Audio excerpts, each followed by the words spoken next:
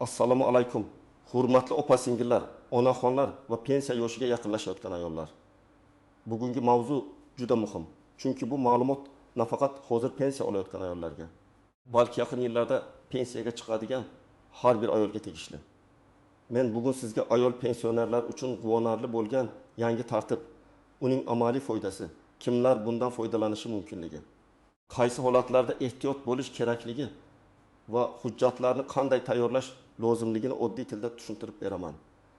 Iltimos videoni oxirigacha ko'ring, chunki bitta kichik xato ham pensiya miqdori. Qo'shimcha to'lov yoki qayta hisob-kitob masalasida sizga zarar keltirishi mumkin. Hozirning o'zida kanalga obuna bo'ling, like bosing va bu videoni albatta onangizga, opangizga, singlingizga, qo'shningizga yuboring. Avvallari ko'p ayollar pensiya masalasida bir xil muammoga duch kelardi. Ayol kishi umrining katta qismini ishlash bilan birga farzand tarbiyasi, uy yumushlari, keksa ota-ona parvarishi, ayrim hollarda nogiron farzand yoki turmush o'rtog'iga qarash bilan o'tkazadi. Lekin pensiya hisoblashda ko'pincha faqat rasmiy ish staji va ish haqi asos qilib olinardi. Natijada ayol aslida jamiyat va oila uchun juda katta mehnat qilgan bo'lsa ham, hujjatda ko'rinmaydigan davrlar sabab pensiyasi past chiqardi. Men amaliyotda ko'p uchratgan holat shuki, ayol 20 yil ishlagan, keyin 3 farzandni tarbiyalagan, yana bozorda savdo qilgan, keyin qarindoshining do'konida norasmiy ishlagan. Pensiya yoshiga yetganda esa hujjat so'raladi. Mehnat daftarchasida bor yo'q 12 yil staj ko'rinadi. Qolgan yillar isbotlanmasa, pensiya hisobiga to'liq kirmaydi. Ayol kishi esa hayron qoladi. Men bir umr ishladim-ku, nega pensiyam kam chiqdi deydi. Mana shu joyda yangi tartiblar, elektron ma'lumotlar, ayrim davrlarni hisobga olish, qayta hisob-kitob qilish imkoniyatlari juda muhim ahamiyat kasb etadi. Hozirgi o'zgarishlarning asosiy mazmuni shundan iboratki, pensiya masalasida ayollar uchun hujjatlarni aniqlashtirish, ayrim davrlarni tasdiqlash, ma'lumotlarni elektron bazalar orqali tekshirish va pensiyani qayta hisoblash bo'yicha imkoniyatlar kengaymoqda. Bu degani, agar sizning stajingiz, farzand tarbiyasi bilan bog'liq davrlaringiz, ish haqi ma'lumotlaringiz yoki avval e'tiborga olinmagan hujjatlaringiz bo'lsa, ularni qayta ko'rib chiqish orqali pensiya miqdorini oshirish imkoniyati paydo bo'lishi mumkin. Lekin bu o'z-o'zidan bo'lmaydi. Hech kim uyma-uy yurib, "Opa, sizda yana hujjat bormi? Pensiyangizni oshirib beraylik" deb kelmaydi. Siz o'zingiz bilishingiz, murojaat qilishingiz va hujjatlarni tartibga solishingiz kerak. Avval pensiya tayinlashda asosiy e'tibor mehnat daftarchasi, ish staji va ish haqi to'g'risidagi ma'lumotnomalarga qaratilardi. Agar korxona yopilib ketgan bo'lsa, arxivdan ma'lumot olish qiyin bo'lardi. Agar ish haqi to'g'risidagi hujjat topilmasa, ba'zan ayolga eng past ko'rsatkichlar bo'yicha hisob-kitob qilinardi. Agar ism-sharif nikohdan keyin o'zgargan bo'lsa, hujjatlar orasida nomuvofiqlik chiqardi. Masalan, mehnat daftarchasida qizlik familiyasi, pasportda turmushga chiqqandan keyingi familiya, farzand tug'ilganlik guvohnomasida esa boshqa yozuv bo'lsa, xodimlar qo'shimcha tasdiq talab qilardi. Endilikda asosiy yangilik shundaki, pensiya masalasida ma'lumotlarni faqat bitta qog'ozga bog'lab qo'yish emas, balki mavjud elektron bazalar, arxiv ma'lumotlari, fuqarolik holati dalolatnomalari, soliq va bandlik bo'yicha ma'lumotlar orqali ham tekshirish imkoniyati kuchaymoqda. Bu ayollar uchun juda muhim, chunki ko'p ayollarning mehnat faoliyati uzluksiz emas. Bir davrda ishlagan, keyin farzand ko'rgan, keyin yana ishga qaytgan, keyin oilaviy sabab bilan tanaffus qilgan. Bunday uzilishlar pensiya hisobida to'g'ri ko'rsatilmasa, natija ayol foydasiga bo'lmaydi. Men buni oddiy misol bilan tushuntiraman. Faraz qilaylik, Dilbar opa 78 yoshga to'lgan va pensiya tayinlatmoqchi. Mehnat daftarchasida 12 yil ish staji bor. U 3 nafar farzand tarbiyalagan. Ayrim davrlar hujjatda to'liq ko'rinmayapti. Agar u faqat mehnat daftarchasini topshirib, qolgan ma'lumotlarni tekshirtirmasa, unga bir miqdorda pensiya chiqadi. Lekin farzand tarbiyasi bilan bog'liq davrlar, ish haqi ma'lumotlari, arxivdagi eski korxona hujjatlari topilsa, hisob-kitob boshqacha bo'lishi mumkin. Ba'zan pensiya oyga 100 ming, 200 ming, ayrim holatlarda undan ham ko'proq farq qilishi mumkin. Bu har bir odamda har xil, chunki staj, ish haqi, davrlar va hujjatlar turlicha. Birinchi navbatda, hozir pensiya olayotgan ayollar o'z hujjatlarini qayta ko'rib chiqish kerak. Ayniqsa pensiyangiz juda past bo'lsa, lekin siz ilgari ko'p yil ishlagan bo'lsangiz, bu signal.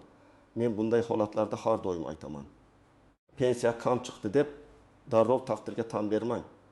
Avval hujjatlaringiz to'liq hisobga olinganmi? Shuni tekshiring. Ikkinchi guruh, pensiya yoshiga yaqinlashayotgan ayollar. Agar siz 25 yoshdan oshgan bo'lsangiz yoki pensiyaga chiqishga bir necha yil qolgan bo'lsa, bugundan hujjat yig'ishni boshlang. Chunki eski ish joyidan ma'lumot olish bir kunda bitmaydi. Korxona tugatilgan bo'lishi mumkin. Arxiv boshqa tumanga o'tgan bo'lishi mumkin. Familiya o'zgarishi bo'yicha qo'shimcha hujjat kerak bo'lishi mumkin. Siz buni pensiya kuni kelganda emas, oldindan hal qilsangiz, ancha tinch bo'lasiz. Uchinchi guruh. Mehnat daftarchasida uzilishlari bor ayollar. Masalan, 1995 yildan 2000 yilgacha ishlagan, keyin 2004 yildan 2012 yilgacha ishlagan, keyin yana tanaffus qilgan. Shu tanaffuslarning hammasi bir xil emas. Ba'zi farzand parvarishi bilan bog'liq bo'lishi mumkin. Ba'zi norasmiy ish bo'lishi mumkin. Ba'zi haqiqatan ham ishlangan davr bo'lishi mumkin. Har bir davr alohida ko'riladi. Qaysi davr qonun bo'yicha hisobga olinadi? Qaysi bir olinmaydi? Buni mutaxassis bilan tekshirtirish kerak. 4-guruh ko'p farzandli ayollar. Farzand tarbiyasi ayolning pensiya masalasida eng ko'p savol tug'diradigan mavzulardan biri. Men shuni aniq aytaman. Farzand tug'ilganligi haqidagi guvohnomalar, bolalar sizning farzandingiz ekanini tasdiqlovchi hujjatlar, familiya o'zgarishlarini tasdiqlovchi nikoh guvohnomasi yoki ajrim hujjati juda muhim. Ayrim ayollar bu hujjatlarni ahamiyatsiz deb o'ylaydi. Aslida esa bitta guvohnoma stajni aniqlashda, imtiyozli tartibni tekshirishda yoki ma'lumotlar mosligini tasdiqlashda muhim bo'lishi mumkin.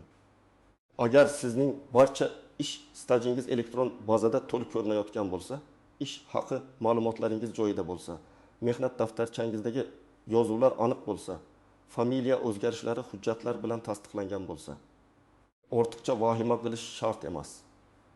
Lekin baribir tekshiruv zarar qilmaydi. Pensiya masalasida men har doim bir narsani aytaman. Ishonch yaxshi, lekin hujjat bilan tekshirish undan ham yaxshi.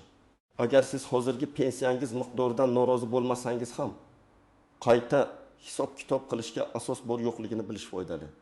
Ba'zi ayollar menga shunday deydi: "Men davlatdan ortiqcha narsa so'ramayman, boriga shukr." Albatta, shukr qilish yaxshi, lekin qonun sizga bergan huquqdan foydalanish ortiqcha narsa so'rash emas. Bu sizning mehnatingiz, yillaringiz va huquqingiz. Birinchi misol. Munira opa 6 yoshda 2 yildan beri pensiya oladi. Pensiyasi 9,2 ming so'm atrofida. U avvaliga Imdegil tikuv fabrikasida ishlagan, keyin fabrikadan chiqqan, 2 farzand ko'rgan, keyin maktab oshxonasida ishlagan. Pensiya tayinlanganda faqat mehnat daftarchasidagi ayrim yozuvlar olingan. Eski fabrikadagi ish haqi ma'lumotlari esa topilmagan. Munira opa arxivga murojaat qildi. Eski korxona hujjatlari tuman arxivida saqlanayotganini bildi. Ma'lumotnoma olindi. Pensiya jamg'armasiga qayta hisob-kitob uchun ariza berildi. Natijada uning pensiyasi oshishi mumkin bo'lgan asoslar aniqlandi. Bu yerda muhim jihat shuki, ayol hujjatni topmasa, hech narsa o'zgarmasdi. Ikkinchi misol. Shahnoza opa 3 farzandning onasi. Mehnat daftarchasida 13 yil staj bor. U bir necha yil bolalar parvarishi bilan uyda bo'lgan. Pensiyaga chiqqanda faqat ish staji ko'rilgan. Farzandlar bo'yicha hujjatlar to'liq topshirilmagan. Keyin u farzandlarning tug'ilganlik guvohnomalarini, nikoh guvohnomasini, familiya o'zgarishiga oid hujjatlarni yig'ib bordi. Mutaxassislar hujjatlarni tekshirib, qaysi davrlar hisobga olinishi mumkinligini ko'rib chiqdi. Bu misolda ko'rinadiki, farzandlar bo'yicha hujjatlar shunchaki oilaviy hujjat emas, pensiya ishida ham kerak bo'lishi mumkin. Uchinchi misol. Nasiba opa uzoq yillar bozorda savdo qilgan. U o'zini ishlagan deb hisoblaydi. Chunki har kuni tongda turib mahsulot olib kelgan, savdo qilgan, soliq to'lagan paytlari ham bo'lgan. Lekin muammo shundaki, hamma davr ham rasmiy tasdiqlanmagan. Agar yakka tartibdagi tadbirkor sifatida ro'yxatdan o'tgan davrlari soliq to'lovlari yoki boshqa rasmiy ma'lumotlari bo'lsa, ular tekshirilishi mumkin. Ammo faqat og'zaki aytish bilan pensiya stajiga kiritib bo'lmaydi.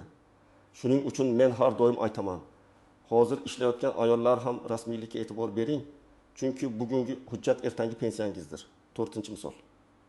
Robiya opa mehnat daftarchasini yo'qotib qo'ygan. U endi pensiya chiqmaydi deb o'ylagan. Aslida bunday holatda ham imkoniyat bor. ishlagan korxonalardan ma'lumotnoma olish, arxivga murojaat qilish buyruqlar nusxasi, ish haqi vedomoslari, boshqa tasdiqlovchi hujjatlar orqali stajni tiklash mumkin. Bu oson jarayon emas, lekin imkonsiz ham emas. Eng katta xato hujjat yo'qoldi deb umuman harakat qilmaslik. Endi eng muhim nozik masalalarga o'tamiz. Birinchidan, har qanday davr pensiya stajiga avtomatik qo'shilmaydi. Odam o'sha davrda ishlaganini yoki qonun bo'yicha hisobga olinadigan sabab bilan band bo'lganini tasdiqlashi kerak. Masalan, uyda o'tirgan har bir yil staj bo'lavermaydi. Farzand parvarishi bilan bog'liq davrlar ham qonunda belgilangan tartibda va chegaralarda ko'rib chiqiladi. Shuning uchun kimdir menga qo'shnimga qo'shilibdi, menga ham qo'shilishi kerak desa, men darrov bitta javob beraman. Qo'shningizning hujjati, staji, ish haqi va holati boshqacha bo'lishi mumkin. Ikkinchidan, pensiya qayta hisoblanishi uchun asos bo'lishi kerak. Faqat pensiyam kam, oshirib bering degan ariza yetarli emas. Arizada aniq sabab ko'rsatiladi. Falon yillardagi ish stajim hisobga olinmagan. Falon korxonadagi ish haqi ma'lumotim topildi. Farzandlarim bo'yicha hujjatlarim bor. Familiya o'zgarishi sabab avvalgi ma'lumotlar bog'lanmagan degan kabi. Qanchalik aniq yozsangiz, masala shunchalik tez va to'g'ri ko'riladi. Uchinchidan, familiya, ism yoki otasining ismidagi farqlar juda ko'p muammo keltiradi. Masalan, pasportda Gulbahor, eski hujjatda Gulbahor, tug'ilganlik guvohnomasida Gulbahorxon deb yozilgan bo'lishi mumkin. Bunday kichik farq ham tizimda boshqa odamdek ko'rinishi ehtimoli bor. Shuning uchun hujjatlarni topshirishdan oldin ularni birma-bir solishtiring. Agar farq bo'lsa, FHDYO organlari yoki tegishli idora orqali tuzatish yoki tasdiqlash masalasini ko'ring. To'rtinchidan, eski korxonalar yopilib ketgani pensiya huquqingiz yo'q degani emas. Korxona tugatilgan bo'lsa, uning hujjatlari arxivga topshirilgan bo'lishi kerak. Albatta, ayrim hollarda hujjatlar yo'qolgan, saqlanmagan yoki to'liq emas bo'lishi mumkin. Lekin baribir birinchi qadam arxivga murojaat qilish. Siz ishlagan korxona qaysi tumanda bo'lgan, qaysi tashkilotga qaragan, taxminiy ish yillaringiz qaysi davr, lavozimingiz nima bo'lgan, shu ma'lumotlarni yozib boring. Beshinchidan, norasmiy ish eng katta xavf. Ko'p ayollar qarindoshining do'konida, fermer xo'jaligida, tikuv sexida yoki uy xizmatida yillar davomida ishlagan bo'ladi. Lekin mehnat shartnomasi bo'lmasa, soliq yoki sug'urta to'lovlari ko'rinmasa, bu yillarni keyin isbotlash juda qiyin. Shuning uchun hozir pensiyaga hali chiqmagan ayollarga alohida murojaat qilaman. Ish beruvchi bilan og'zaki kelishuvga ishonib qolmang. Rasmiy shartnoma to'lovlar. Elektron mehnat daftarchasi sizning kelajakdagi moyangiz.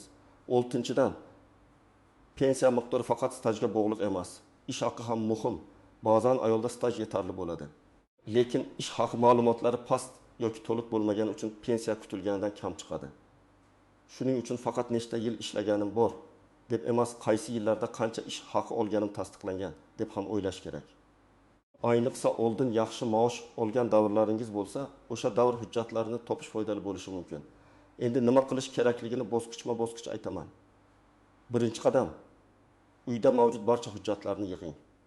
Pasport yoki ID karta, mehnat daftarchasi, diplom, nikoh guvohnomasi, ajrim guvohnomasi bo'lsa u ham, farzandlarning tug'ilganlik guvohnomalari, eski ish joylaridan berilgan ma'lumotnomalar, mukofot yoki buyruq nusxalari, ish haqi to'g'risidagi qog'ozlar, tadbirkorlik bo'yicha hujjatlar, soliq to'lovlari haqidagi ma'lumotlar. Bularning hammasi kerak bo'lishi mumkin.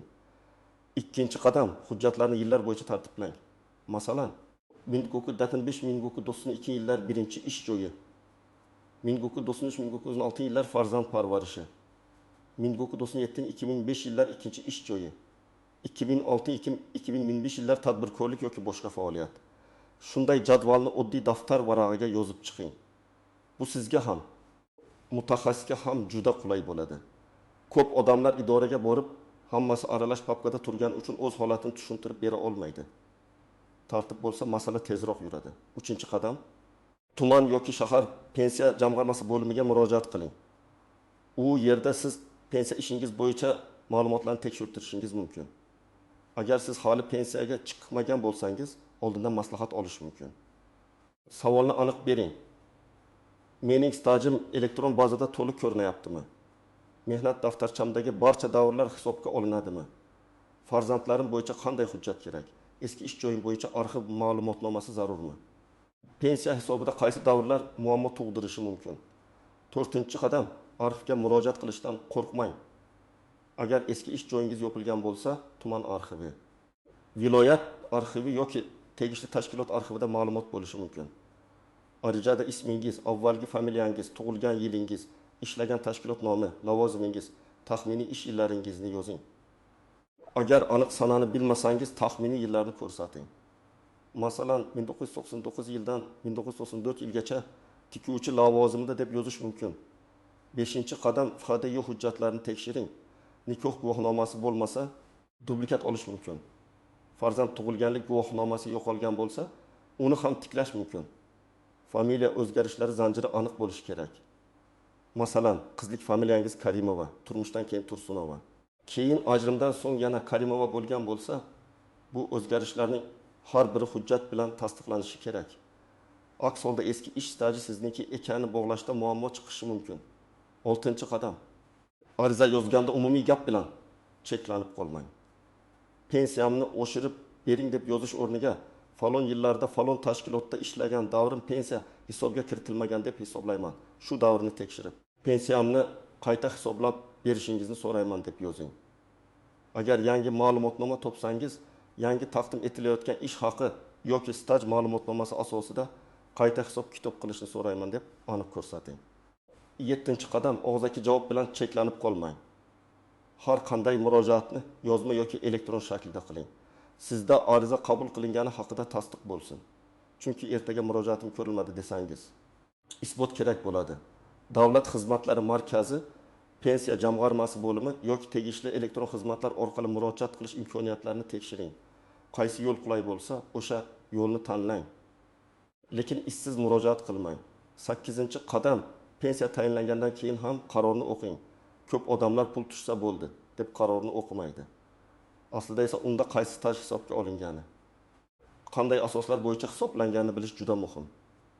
Agar siz 25 yil ishlaganman deb o'ylasangiz, lekin qarorda 12 yil ko'rsatilgan bo'lsa, demak 7 yil bo'yicha savol bor. Shu savolni darhol ko'tarish kerak. 9-qadam. Agar rad javobi olsangiz, tushkunlikka tushmang. Rad javobida sabab yozilgan bo'lishi kerak. Masalan, hujjat yetarli emas, ma'lumot tasdiqlanmadi, davr qonun bo'yicha stajga kiritilmaydi degan. Sababni o'qing va aynan o'sha muammoni hal qiling.